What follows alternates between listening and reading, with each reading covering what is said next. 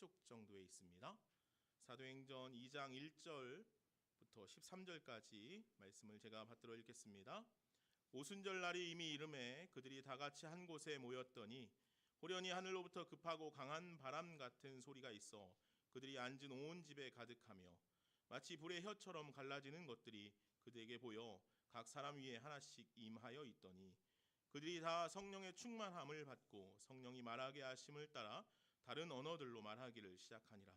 그때 경건한 유대인들이 천하 각국으로부터 와서 예루살렘에 머물러 있더니 이 소리가 남에 큰 무리가 모여 각각 자기의 방언으로 제자들이 말하는 것을 듣고 소동하여 다 놀라 신기하게 여겨 이르되 보라, 이 말하는 사람들이 다 갈릴리 사람이 아니냐? 우리 각 사람이 난 곳 방언으로 듣게 되는 것이 어찌 됨이냐?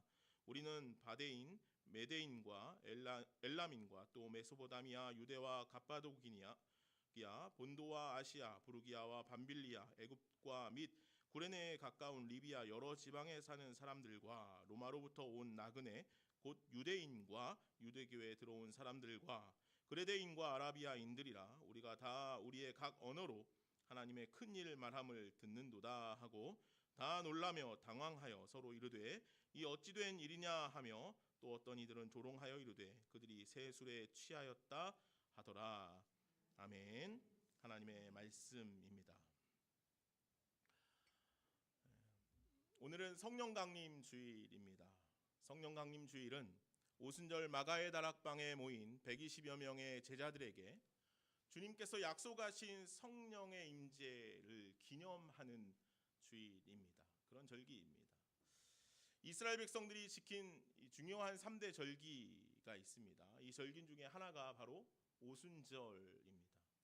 오순절은 유월절 이후에 50일째 되는 날로서 칠칠절 혹은 맥주절이라고 부르기도 합니다.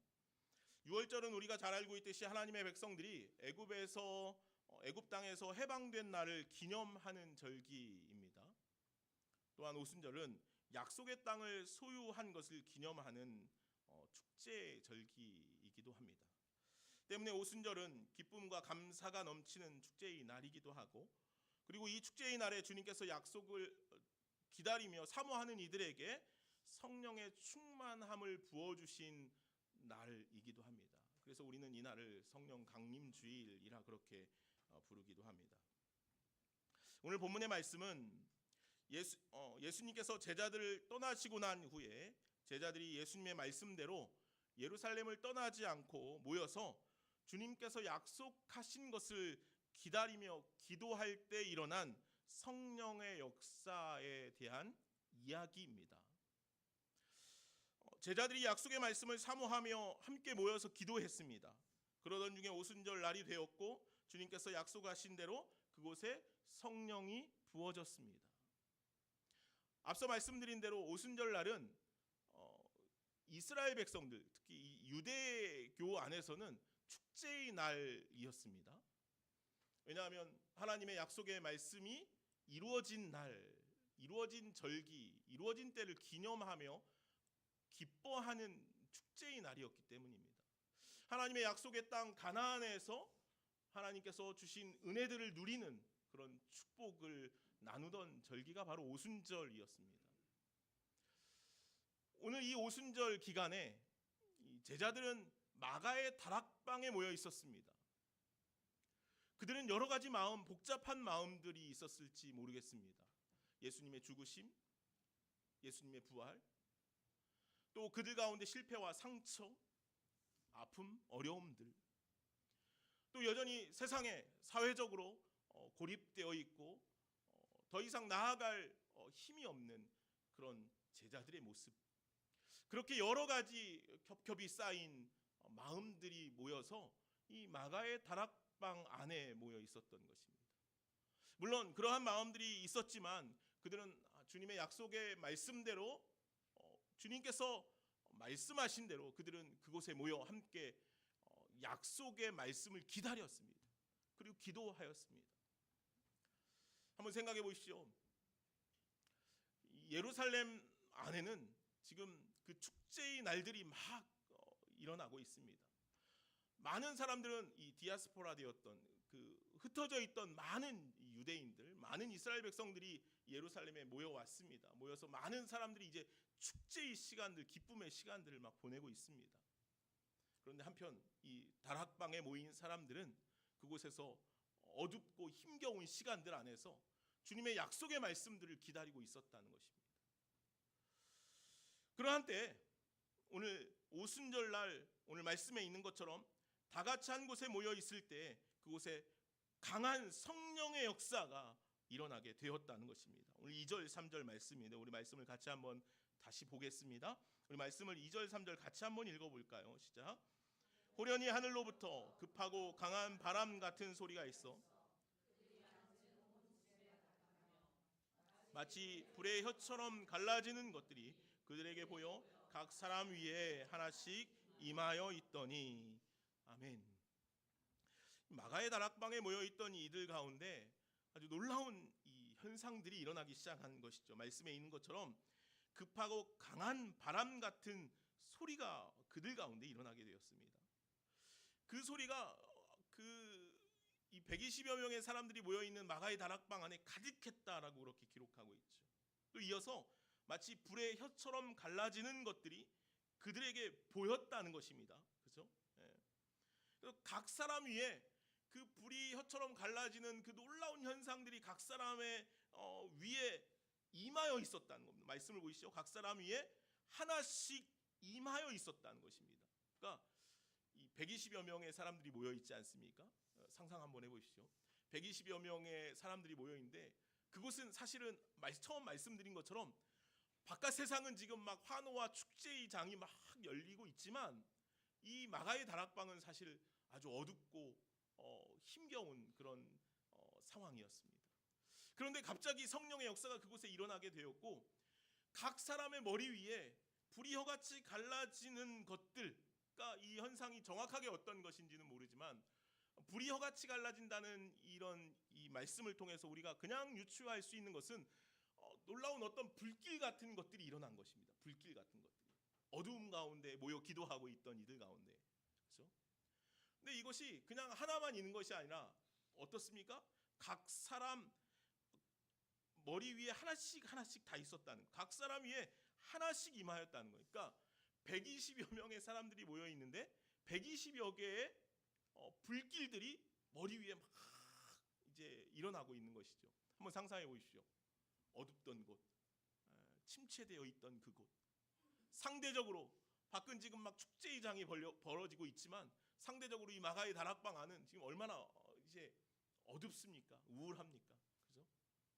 침체돼 있었습니다. 그런데 그곳에 갑자기 성령의 역사가 임하기 시작하면서 각 사람의 머리에 막 불길 같은 것이 막 솟아오르고 있으니 그들이 얼마나 놀랬겠습니까?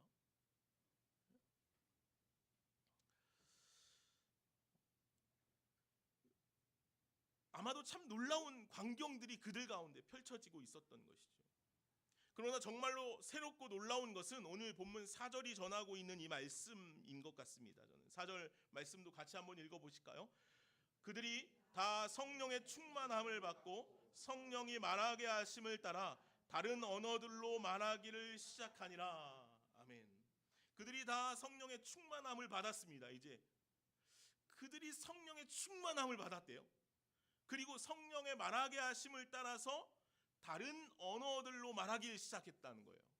이들이 다른 언어들을 할 수 있어서가 아니라 지금 누가 말하게 하십니까? 그들 안에 성령께서 말하게 하시는 것입니다. 때로 이 본문의 말씀을 가지고 그런 생각들을 하기도 합니다. 다른 언어들, 그러니까 외국어죠. 외국어를 잘 못하는 사람들이, 이제 저도 그렇습니다. 야, 이런 성령의 역사가 내게 임해서 내가 뭐 예를 들어서 뭐 영어나 일본어나 막 프랑스어나 막 이런 언어들을 마구 막 유창하게 할 수 있으면 얼마나 좋을까, 그렇죠? 여러분 한번 생각해 보셨습니까? 네. 신기한 일이죠. 그런데 이거는 내가 하는, 내 의지로 내가 하는 것이 아닙니다. 누가 하게 하십니까? 성령께서 하시게 하는 것입니다. 오늘 이에 대해서 본문 6절 8절 말씀이 좀 부연 설명을 하고 있는데 이렇게 기록하고 있습니다. 제가 한번 읽어볼게요. 6절 7절. 이 소리가 나매 큰 무리가 모여 각각 자기의 방언으로 제자들이 말하는 것을 듣고 소동하여 다 놀라 신기하게 여겨 이르되 보라 이 말하는 사람들이 다 갈릴리 사람이 아니냐 우리가 우리 각 사람이 난 곳에 곧 방언으로 듣게 되는 것이 어찌 됨이냐. 아멘. 큰 무리가 모여서 각각 자기들의 언어로 제자들이 말하는 것을 들었다는 것입니다. 그죠? 말하는 사람들은 다 누굽니까? 갈릴리 사람들이었습니다. 그런데 듣는 사람들은 각 사람이 난 곳의 언어로 듣게 되었다는 것입니다. 다시 말하면 서로의 다른 언어를 사용하는 각 지역으로부터 온 사람들과의 언어의 소통의 장벽이 사라졌다는 것이죠.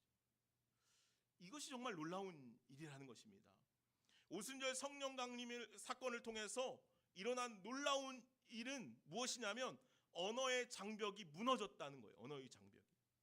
그리고 이 언어의 장벽을 무너뜨리신 가장 중요한 이유는 뭐냐면 복음이 편만하게 흘러가게 하기 위함이었다는 거예요. 복음이 흘러가게 하기 위함이었다. 이것이 중요합니다.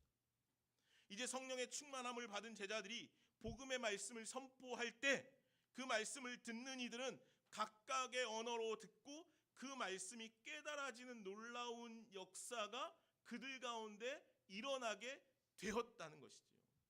아멘. 오늘 성경은요, 제자들이 전한 복음의 메시지를 듣는 이들이 어떤 사람인들인지에 대해서도 기록하고 있죠. 9절에서 11절까지의 말씀을 보니까 쭉 여러 이 지역들에 대해서 이야기를 해요. 바데인, 메데인, 엘라민, 메소포타미아, 갑바도기아, 본도 아시아, 블루기아, 밤빌리아, 애굽, 구레네, 리비아, 그죠? 여러 이 지역들을 이야기합니다. 이 지역이 오늘 말씀에만 보면 15개 정도의 지역이 돼요. 15개. 그러니까 15개의 언어로 사람들이 그 제자들이 전하고 있는 복음의 메시지들이 들려지게 된 것이라는 거예요. 오늘 이 예루살렘에 모인 사람들은요, 앞서 말씀드린 것처럼 여러 지역에서 온 사람들이요, 디아스포라, 이제 흩어져 있던 사람들이 모인 거예요. 이 사람들이 왜 흩어진 사람들이 모였냐 하면 바벨론 포로 이후에 포로 해방을 하고 나서 여전히 포로 해방으로 돌아오지 않은 많은 이스라엘 백성들이 있었어요. 역사학자들에 의하면 포로 해방 이후에 돌아온 이스라엘 백성들보다 이스라엘로 돌아온 이스라엘 백성들보다 돌아오지 않은 사람들이 훨씬 더 많았다는 거죠. 그러니까 돌아올 수 있는 상황과 여건이 주어졌지만 그들이 70여 년 훨씬 넘게 바벨론 이하 여러 지역에서 살면서 정착하고 살아가게 된 거예요. 그래서 포로에서 해방되었지만 본국으로 이스라엘로 돌아갈 수 있는 환경이 주어졌지만 돌아갈 수 없는 사람들이 너무 많았던 거예요. 그곳에 자리를 잡고 살았기 때문에. 그곳이 이제 그들의 터전이 되었기 때문이죠. 그런데 여전히 그들은 어떻습니까? 그들의 그 정체성은 이스라엘 백성, 하나님의 백성이었습니다. 그래서 그들은요, 아주 오랜 시간, 그러니까 오늘 본문의 말씀이 기록될 때까지의 시간 한 400년 가까이의 시간인데 아주 오랜 시간이 지났지만 여전히 그들은 나는 이스라엘 백성입니다, 나는 하나님의 백성입니다 라는 그런 자기 정체성이 있었던 거예요. 그래서 그들은 여러 곳에 흩어져 살았지만 이스라엘의 중요한 절기, 유월절, 오순절, 초막절이라는 이 3대 중요한 절기 때가 되면, 물론 이 3번의 절기 때 다 오지는 못해도 이 절기 때 한 번씩은 이스라엘을 방문하게 된 겁니다. 그래서 내가 하나님의 백성임을 고백하고 드러내고 또 예배하는 그런 시간들을 갖게 된 것이죠. 특별히 오늘 이 오순절에 많은 사람들이 그래서 이제 예루살렘으로 모여오게 된 겁니다. 역사학자 요세푸스에 의하면 이 예루살렘에 기본적으로 당시에 살고 있었던 사람들이 한 10만 명 정도 됐다고 합니다. 그런데 이 절기 때가 되면 30에서 50만 정도까지의 사람들이 모여들었다는 거예요. 어마어마한 인구들이 이 예루살렘으로 모여든 것이죠. 어쨌든 간에 이 오순절 기간에 그렇게 많은 사람들이 지금 예루살렘에 모여온 것입니다. 그리고 여러 지역, 오늘 성경에 기록하고 있는 것처럼 15개 이상의 지역에 사는 사람들이 자신들의 언어를 가지고 있는 사람들이 이 예루살렘에 모여온 것입니다. 그리고 말씀드린 것처럼 400년 이상의 시간이 흘렀기 때문에 이들이 언어도 벌써 이 다른 언어들을 사용하고 있었던 것입니다. 그들의 모국어를 다 잊어버리고 자신들이 살아가는 장소의 언어들, 고향의 언어를 잊어버리게 된 것이죠. 그런데 중요한 것은요, 그들은 스스로를 하나님의 백성이라고 자칭했지만 그들은 정작 하나님의 구원의 역사인 예수 그리스도의 십자가 구속의 역사까지도 잃어버린 사람들이 되고 말았어요. 언어만 잃어버린 것이 아니었다는 거예요. 그들은 이스라엘 백성이라는 정체성이 있지만 예수 그리스도의 구속의 역사가 무엇인지 알지 못하는 백성들이었다는 거죠. 그런 무리들에게 하나님께서 오늘 제자들을 통하여서 복음의 말씀이 흘러가기를 원하셨던 것 같아요. 그래서 특별히 이 오순절 많은 사람들이 모였을 때 그들의 이 제자들을 통하여 하나님의 복음이 그들 가운데 흘러가게 하신 것입니다. 언어가 끊겨져 있지만 성령의 말하게 하심을 통하여서 언어를 소통케 하시고 회복케 하시는 역사가 그들 가운데 일어나게 된 것입니다.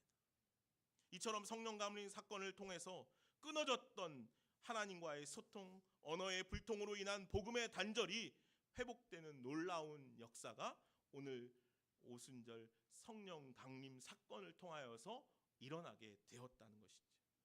이것이 오늘 이 사건을 통하여 우리들에게 주어지는 가장 중요한 메시지라고 저는 생각이 들었습니다. 바벨탑 사건 이후에 사람들은 언어 불통의 시대를 살게 되었습니다. 그런데 그냥 언어가 다르다고 해서 불통만 되는 것이 아니라 요즘 시대를 우리가 보면 같은 언어를 사용하고 있지만 말이 통하지 않을 때도 참 많이 있습니다. 사람들의 말이 서로 가슴에 와닿지 않기 때문일 것입니다. 같은 언어를 쓰면서도 말이 통하지 않는 시대를 살아가는 가장 큰 이유는 무엇일까요? 다른 이들을 바라보지 않기 때문일 것입니다. 오직 자신만을 중요하게 여기며 살아가는 시대가 되었기 때문이겠죠. 자기 중심적 사고와 자기 욕심에 사로잡힌 사람들 사이에 말이 통하지 않는 사건들을 우리는 종종 경험하게 됩니다. 같은 말을 쓰지만 속으로는 각각 서로 다른 계산들을 하고 자기 편리한 대로 이해하고 해석합니다. 그래서 서로에게 자기 주장만을 하게 되지요. 그러니 말이 통하지 않게 되는 것이죠. 그런데 그런 자기 주장만을 통해서 말이 통하지 않는 것만으로 끝나는 것이 아니라 자기 주장만을 하다 보면 상대에게 어려움을 주게 됩니다. 상대의 마음을 깨뜨리기도 하고 무너뜨리기도 하죠.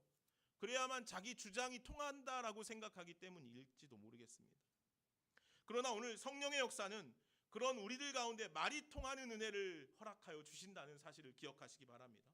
언어의 회복을 우리들에게 주신다는 거예요. 자기 중심적인 사고에서 타자 중심적인 사고를 통해 서로를 이해하게 하십니다.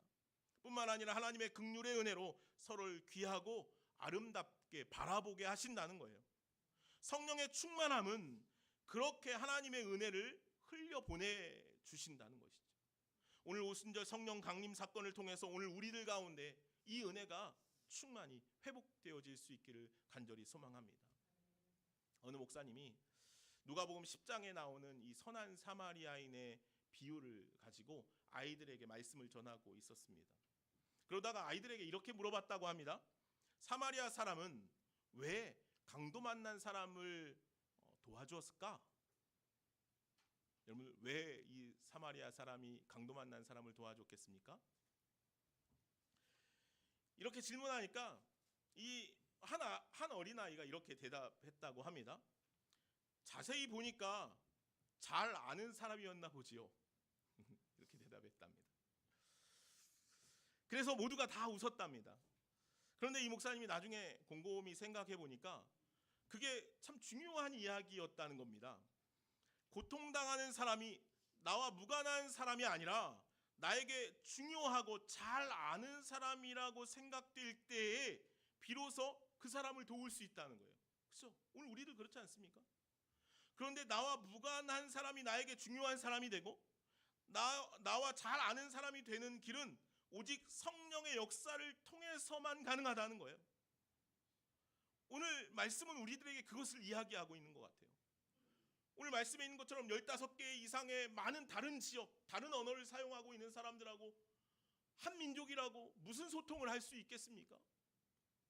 그러나 성령의 말하게 하심을 따라서 그들이 말할 때 서로 언어가 회복되어지고 하나님의 복음이 그들 가운데 흘러가게 될 수 있었다는 것이죠. 성령의 충만함 가운데 오늘 우리가 놓일 때에만 내가 전혀 알지 못하는 누군가도 나에게 중요한 사람이, 나와 잘 아는 사람이 될 수 있다는 거죠. 그래야 그들에게 복음을 흘려보낼 수 있고 하나님의 긍휼과 사랑을 흘려보낼 수 있게 된다는 것이죠. 성령의 충만함의 은혜는 남을 배려할 줄 알게 하며 다른 이들을 긍휼의 마음으로 살펴보게 한다는 것이에요. 나와 무관한 사람이 나에게 중요한 사람이 되게 만든다는 것이죠. 성령의 충만함 가운데 놓일 때의 말입니다. 성령의 역사는 언제나 그렇습니다. 이 땅의 모든 이들을 하나님의 마음으로 바라보게 만든다는 것이죠. 나에게 이익이 되는 사람, 나와 친밀한 사람만을 향하는 것이 아니라 모든 이들을 긍휼의 마음으로 바라보게 만드는 것이 바로 성령의 역사입니다. 성령의 충만함이라는 것. 이 놀라운 성령의 충만함의 역사가 오늘 저와 여러분들 가운데 넘쳐나기를 간절히 소망합니다. 오늘 말씀을 통해서 한 가지 더 좀 생각해 볼 것이 있습니다. 오늘 4절 말씀 같이 다시 한번 보실까요? 4절 말씀을 같이 한번 다시 읽겠습니다. 그들이 다 성령의 충만함을 받고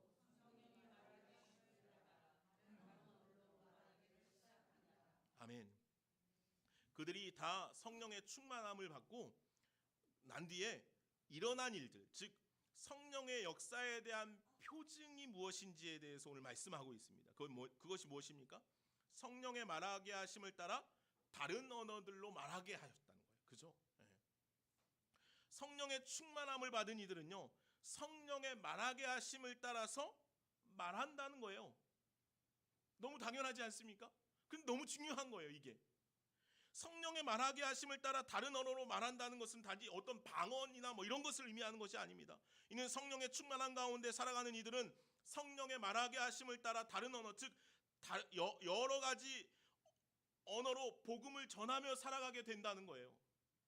그러니까 성령의 충만한 가운데 살아가는 이들은요, 성령의 말하게 하심을 따라 살아가는 것이에요. 이게 중요해요. 여러분 그렇게 살아가시길 바랍니다. 내 마음대로, 내 뜻대로, 내 생각대로, 내 언어로 말하고 싶은 대로 말하고 살아가는 것이 아니라요, 어떻게 살아갑니까? 성령께서 말하게 하시는 대로 말한다는 거예요. 여러분들 그렇게 말하고 살아가십니까? 한 기사를 보니까요, 이중직을 하는 한 목사님의 고민에 대한 이야기를 이렇게 인터뷰해 놓은 내용이 있었어요. 제가 한번 영상을 본 적이 있는데, 이 목사님의 이야기는 거예요. 교회를 개척하고 주중에는 건설 현장에서 일을 했대요.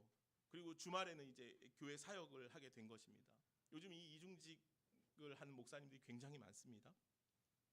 그런데 이 목사님이 주중에 건설 현장, 이제 쉽게 말하면 이제 노가다 현장이죠. 노가다 현장에서 일을 하다 보니까 자신이 그동안 사용하며 살던 언어와는 너무도 다른 언어들이 그곳에서 사용되더라는 거예요.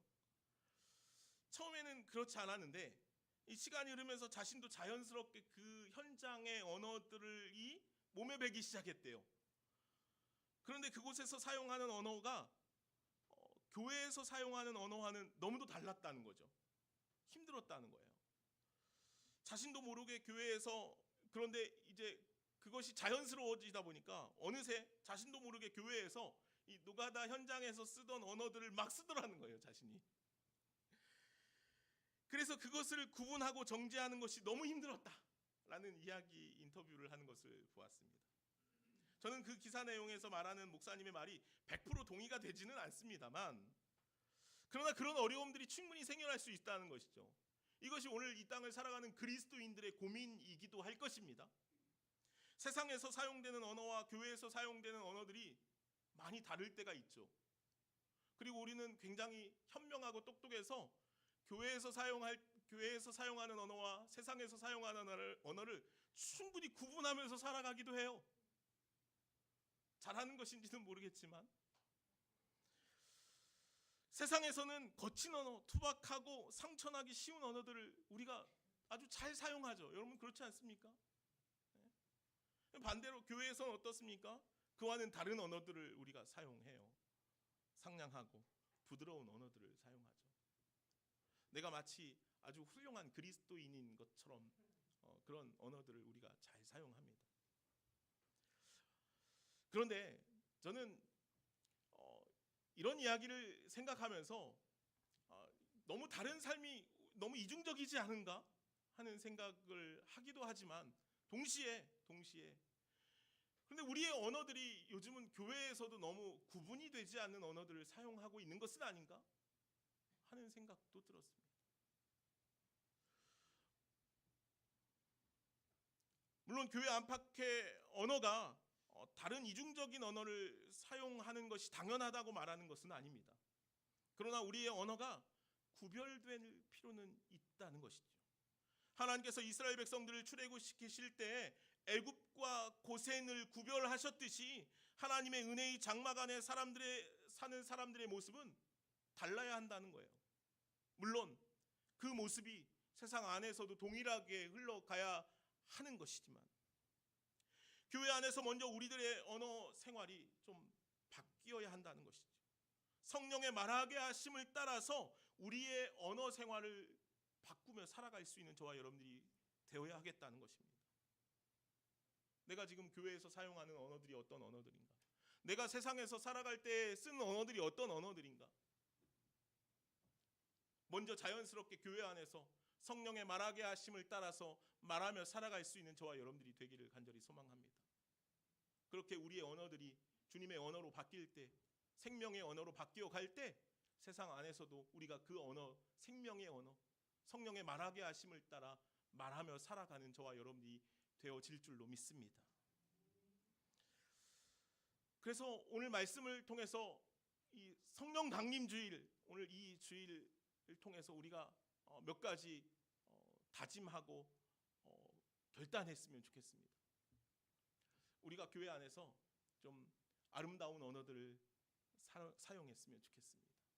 서로를 세워주고 서로를 위해주고 서로에게 힘이 되는 언어들을 잘 사용할 수 있었으면 좋겠습니다. 그런 언어들은요, 성령의 언어라고 분명히 말할 수 있습니다. 성령께서는 우리를 위로하시고 회복시키시고 우리를 충만케 하시거든요. 그래서 성령의 언어를 사용하는 자들, 성령의 말하심에 따라서 말하는 사람들은요, 사람을 살리고 사람을 회복시키고 사람을 위해주고 다른 이들을 건강하게 하는 언어를 사용한다는 것이죠. 오늘 저와 여러분들이 그런 언어들을 교회 안에서 아름답게 잘 사용하며 살아갈 수 있었으면 좋겠습니다. 우리 그렇게 좀 다짐했으면 좋겠어요. 주님, 내가 이제부터 성령의 언어를 좀 사용하겠습니다. 사람을 살리는 언어를 좀 사용하겠습니다. 다른 이들에게 위로가 되는 언어들을 내가 사용하겠습니다. 또 하나, 우리 서로 좀 호칭을 잘 했으면 좋겠습니다. 집사님, 권사님, 우리가 형제님, 자매님, 이 교회에서 사실은 이런 호칭들이 중요한 호칭들이에요. 그런데 우리가 조금 부끄러운 호칭인 것 같은 생각이 들 때도 있어요. 형제님, 자매님 하면, 그죠? 교회 안에서 우리가 서로 이런 호칭들을 잘 사용했으면 좋겠습니다. 호칭은요, 우리의 마음을 부드럽게 하고요, 온화하게 만드는데 충분합니다. 그래서 오늘 우리가 교회 안에서 그런 호칭들을 통하여서 서로에게 부드럽게 또 온화하게 우리의 관계들을 만들어 갈 수 있었으면 좋겠습니다. 성령의 말하게 하심을 따라 오늘 오순절 마가의 다락방에 일어났던 그 놀라운 역사들이 오늘 우리 좋은시학교회 안에 이 믿음의 공동체 안에 충만히 함께 일어날 수 있었으면 좋겠습니다. 그래서 성령의 언어를 통하여서 성령의 말하게 하심을 따라서 오늘 우리가 서로 생명을 살리고 서로 위로하고 서로 회복시켜가는 그런 믿음의 공동체, 회복의 공동체로 세워질 수 있기를 간절히 소망합니다. 기도하겠습니다. 사랑과 은혜가 많으신 하나님, 감사합니다. 오늘 오순절 마가의 다락방 위에 놀라운 성령의 역사가 일어나게 되었습니다. 하나님, 그곳에 일어난 성령의 역사를 통하여서 복음이 편만히 흘러가게 되었습니다. 그곳에 일어난 성령의 역사를 통하여서 생명이 흘러가고 위로와 회복의 역사들이 일어나게 되었습니다. 주님, 오늘 우리 안에도 그러한 성령의 충만함이 넘치게 하여 주시옵소서. 그래서 하나님, 오늘 우리의 입술이 성령의 말하게 하심을 따라 말하게 하시고 서로 위로하고 회복하고 충만케 하기에 부족함이 없도록 주여 우리를 인도하여 주옵소서. 감사하며 예수님의 이름으로 기도하옵나이다.